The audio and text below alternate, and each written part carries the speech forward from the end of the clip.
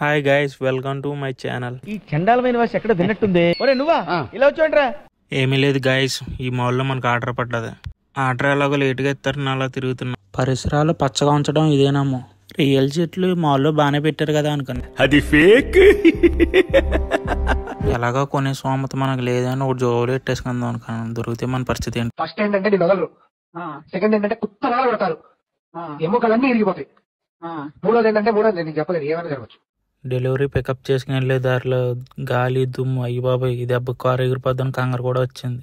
ఏంటన్నా ఈ దుమ్ము గాలి ఏంటని అడిగితే ఋతుబా అన్నారు. ఋతుబా అంటే అమ్మాయి అమ్మ బాగుంటదమ్మా అనుకున్నాను. ఎందుకని వాతావరణం అంటది. మనకు ఆర్డర్ వచ్చి మొదలా పడ్డది. ఇక్కడి నుంచి 30 కిలోమీటర్స్. వచ్చేటప్పుడు 10,000, వెళ్ళేటప్పుడు 5,000 బొక్క. ఈ లోపు కస్టమర్ హౌస్కి వచ్చాం. కస్టమర్ కాల్ చేస్తే రమ్మన్నారు. ఈ అమ్మ గాలి దెబ్బకి మనం 20 రూపాయలు ఉన్నాం. బిల్డింగ్ చూస్తే మతిపోయింది మామూలుగా.